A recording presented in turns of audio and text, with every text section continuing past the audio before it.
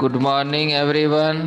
Refrigeration और air conditioning subject का आज हम लोग एक इम्पॉर्टेंट टॉपिक पढ़ेंगे, वो है एयर कूल्ड कंडेंसर। जैसा कि हम कंडेंसर के बारे में पढ़ रहे थे, तो कंडेंसर क्या है? तो कंडेंसर एक तरह का क्या है, हीट एक्सचेंजर है, जहाँ पे ये जनरली जो हाई प्रेशर साइड में हमारा कनेक्टेड रहता है, और वहाँ पर जब रेफ्रिजरेंट इस कंडेंसर से पास करती है तो वो अपना हीट सराउंडिंग में रिजेक्ट करता है। वहाँ पर हीट का एक्सचेंज होती है ना। जैसे कि ये एक कंडेंसर है, वहाँ पर जब यहाँ से हॉट रेफ्रिजरेंट जो है इसमें इन करती है, तो जो रेफ्रिजरेंट का हीट होता है वो अपने सराउंडिंग के साथ एक्सचेंज करना, मतलब यहाँ पर रेफ्रिजरेंट से हीट जो है वो रिजेक्ट होकर के सराउंडिंग में जाती है ना। और फिर वो फाइनली यहाँ पर एज ए कि हॉट वेपर रेफ्रिजरेंट कंडेंसर में इन करता है, और ये लिक्विड यानी कि सब कूल्ड लिक्विड रेफ्रिजरेंट जो है वो कंडेंसर से बाहर आता है। तो उसके क्लासिफिकेशन में जो कि कंडेंसर का जो कूलिंग मीडियम यूज करते हैं उसके आधार पर तीन तरह का होता है। एक एयर कूल्ड, दूसरा वाटर कूल्ड, और तीसरा इवेपोरेटिव। तो उसमें से फर्स्ट है हमारा एयर कूल्ड कंडेंसर। तो एयर कूल्ड कंडेंसर क्या है और ये कैसे काम करती है? तो कहते हैं कि नाम से ही क्लियर है कि एयर कूल्ड यानी कि इसमें जो कूलिंग मीडियम जो यूज होगा एयर कूल्ड कंडेंसर में, वो हमारा यूज जो होगा वो एयर होगा। मतलब इसमें जो कंडेंसर जो है उसमें जो रेफ्रिजरेंट इन करेगा, उस रेफ्रिजरेंट का जो हीट है वो हीट अब सराउंडिंग एयर में रिजेक्ट करेगा, है ना। यहाँ पर कूलिंग मीडियम एयर है, तो इसलिए रेफ्रिजरेंट का हीट रिजेक्ट होके एयर में जाएगा। तो ये कंडेंसर कहते हैं कि it consist of A steel और कॉपर ट्यूबिंग, यानी कि इस कंडेंसर का जो ट्यूब होता है वो जनरली स्टील या कॉपर का बना होता है। जैसा कि हम जानते हैं कि कॉपर एक गुड कंडक्टिंग मटेरियल होता है हीट का, है ना, और स्टील भी होता है, लेकिन कॉपर के पास एक्सेलेंट थर्मल प्रॉपर्टीज होती है। बट इन केस ऑफ जैसे अमोनिया केस में कि अमोनिया कॉपर के साथ रिएक्टिव होता है, तो अगर हम अमोनिया रेफ्रिजरेशन सिस्टम यूज करते हैं तो फिर वहां पर अमोनिया के लिए हम स्टील ट्यूब का यूज करते हैं, और बाकी जो फ्रियोन ग्रुप का जो रेफ्रिजरेंट है उसके लिए कॉपर ट्यूब यूज होता है। ठीक है। तो इसके बाद जो है ये ट्यूब जो फिटेड रहता है वो जनरली एक प्लेट टाइप फिन्स।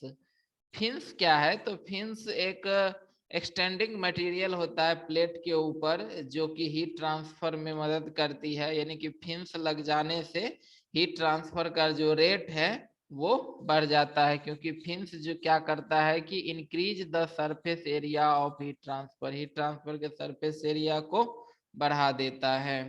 तो ये सारा ट्यूब जो है एक प्लेट टाइप फिन्स के साथ ये फिटेड होती है ना।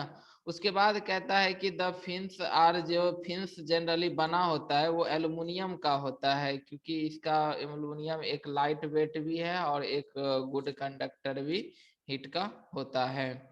अब कंडेंसर में है कि कंडेंसर को कहता है कि ये सिंगल रॉ ऑफ ट्यूब या मल्टी रॉ ऑफ कंडेंसर, मतलब इसमें या तो एक सिंगल रॉ भी होता है ट्यूब का या मल्टी रॉ होता है। तो जब रेफ्रिजरेंट इससे पास करती है तो यहाँ से हीट ट्रांसफर रेफ्रिजरेंट से फिन्स में जाता है, और फिन्स से फिर वो फाइनली जो सराउंडिंग एयर है वो, चूंकि यहाँ कूलिंग मीडियम एयर है, तो हीट ट्रांसफर फाइनली जो है यहाँ पर सराउंडिंग एयर में हो चला जाता है। तो इसको हम लोग एक फिगर के थ्रू हम इसकी वर्किंग को देखते हैं। जैसा कि ये दिख रहा है, ये हमारा एयर कूल्ड कंडेंसर का है।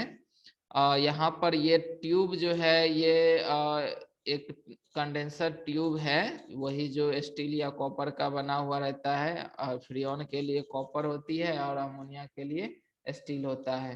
तो यहाँ से रेफ्रिजरेंट जब यहाँ पर इन करती है तो उसका state as a super heated state होता है ना, काफी हॉट रेफ्रिजरेंट जो है वो इन करता है। तो ये रेफ्रिजरेंट जब इससे होकर के गैसियस स्टेट में पास करती है तो ये यहाँ से ये जो हीट जो है वो पहले वो इस ट्यूब के वाल पे आता है, हीट ट्रांसफर होके रेफ्रिजरेंट से जैसे जैसे ये आगे बढ़ते जाएगा रेफ्रिजरेंट अपना हीट जो है ये ट्यूब जो वाल है उसको ट्रांसफर करेगा, और ये वाल के ऊपर यही लगा हुआ है, यही है हमारा क्या, फिन्स। फिन्स क्या है, छोटा छोटा मेटल का प्लेट टाइप का होता है ना, जो कि सरफेस एरिया को बढ़ाने के लिए। तो फिन लगाने से होगा क्या कि जो हीट यहाँ पर ट्यूब के वाल पे आ रहा है, ये वाल से होते हुए इस फिन के ऊपर जाएगा, इस पे जाएगा, सारे फिन्स के ऊपर जाएगा।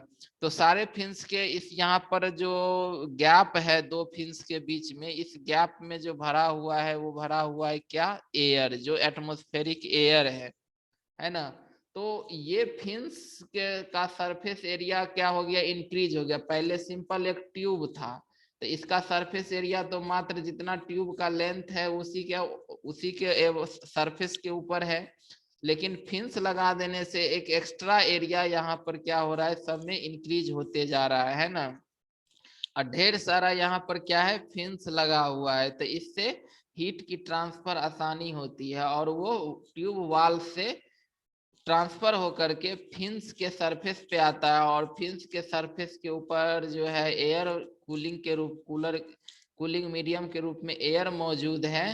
तो ये फिन्स के सरफेस से फिर हीट ट्रांसफर इस एयर में होती है, तो इससे हमारा हीट ट्रांसफर रेट क्या होता है, बढ़ जाता है। तो इस तरह से जब जैसे जैसे ये कंडेंसर में कॉइल में जो है वेपर रेफ्रिजरेंट आगे की ओर बढ़ते जाएगा, ये अपना हीट लगातार जो है सारे फिन्स के थ्रू एयर में ट्रांसफर करते रहेगा, और वो धीरे धीरे वो कूल होते जाएगा। तो कूल होते होते वो जो वेपर स्टेट में जो इन किया था कॉइल में, वो फाइनली जो है यहाँ पर लिक्विड स्टेट में जो है वो आउट होता है, क्योंकि इसी इसी फ्लो के दौरान जो है उसका सेंसिबल हीट और जो लेटेंट हीट है ना, हम इसके इंट्रोडक्शन में बताए थे कि 3 स्टेप में होता है। पहला डी सुपर हीटिंग, दूसरा जो है पहला हो गया डी सुपर हीटिंग है ना, और दूसरा हो गया कंडेंसेशन, दूसरा कंडेंसेशन, और फिर जो है तीसरा सब कूलिंग।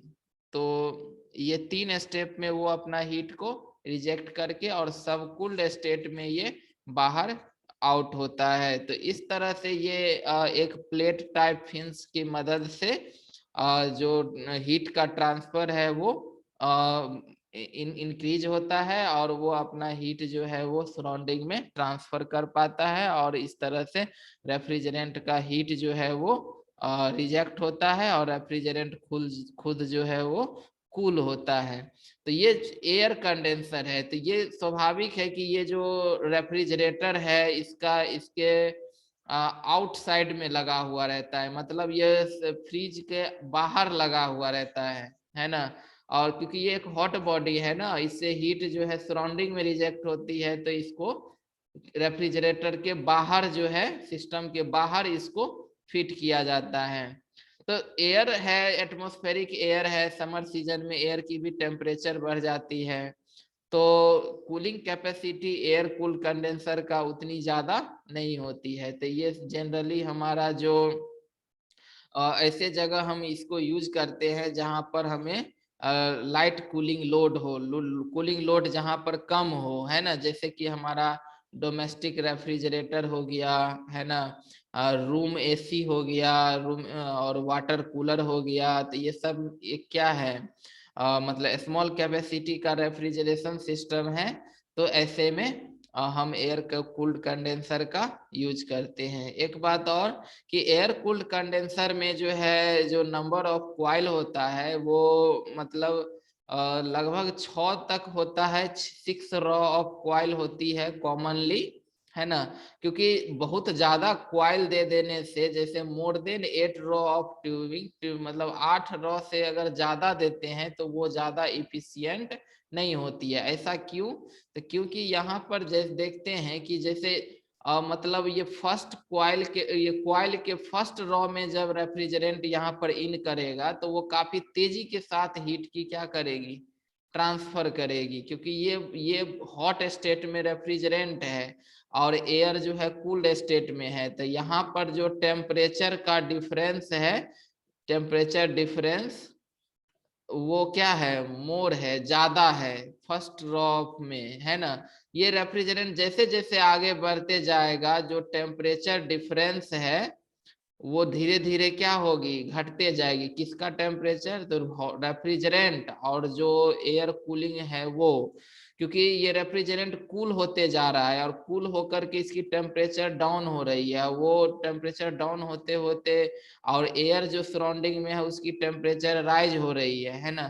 तो दोनों के बीच का जो टेम्परेचर डिफरेंस है वो गैप धीरे धीरे जैसे जैसे रेफ्रिजरेंट आगे बढ़ते जाता है वो कम होते चला जाता है। तो लगभग 5-6 रॉ आते आते जो है दोनों के बीच का टेम्परेचर डिफरेंस टू क्लोज, है ना, काफी मतलब नजदीक आ जाती है ना।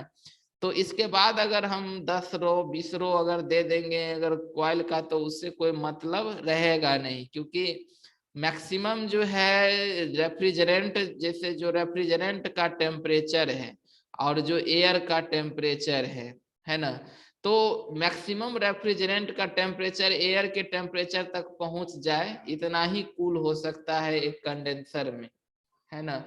क्योंकि कूलिंग मीडियम जितना, जो जिस टेम्परेचर पर कूलिंग मीडियम है, वो कूलिंग मीडियम लगभग अगर सब चीज आइडियल होगा तब जा करके ये अपना टेम्परेचर तक ही उसको कूल कर पाएगा, उससे कम पॉसिबल है ही नहीं। तो इसीलिए ज्यादा नंबर ऑफ क्वाइल देने से या ज्यादा number of raw of tube देने से ये इनएफिशिएंट होता है। मतलब शुरुआती का जो रॉ होता है 4-5 रॉ, उसमें तेजी से हीट की ट्रांसफर होती है और वो डिफरेंस काफी जब क्लोज हो जाता है तो फिर आगे नंबर ऑफ रॉ का कोई मतलब नहीं रह जाता, क्योंकि वहाँ हीट का एक्सचेंज ही नहीं हो पाता है। तो इसीलिए अप टू जो है लगभग 6 रॉ तक जो है ट्यूब जो है 6 रॉ तक कॉमन है जनरली कंडेंसर में यूज किया जाता है। तो ये कंडेंसर लाइट एप्लीकेशन के लिए यूज होता है, जो domestic refrigerator, water cooler, room AC, ये सब में इसका यूज किया जाता है। तो आई थिंक ये एयर कूल्ड कंडेंसर में इतना ही है। इसका वर्किंग हम लोग समझ लिए कि किस तरह से वर्क करता है, किस तरह से रेफ्रिजरेंट जब एयर कूल कंडेंसर से पास करती है तो वो किस तरह से अपना हीट को एयर में रिजेक्ट करके वो ठंडा होता है ना। तो अगर इसमें कोई डाउट हो तो अपना कमेंट सेक्शन में हमें कमेंट करें। Thank you.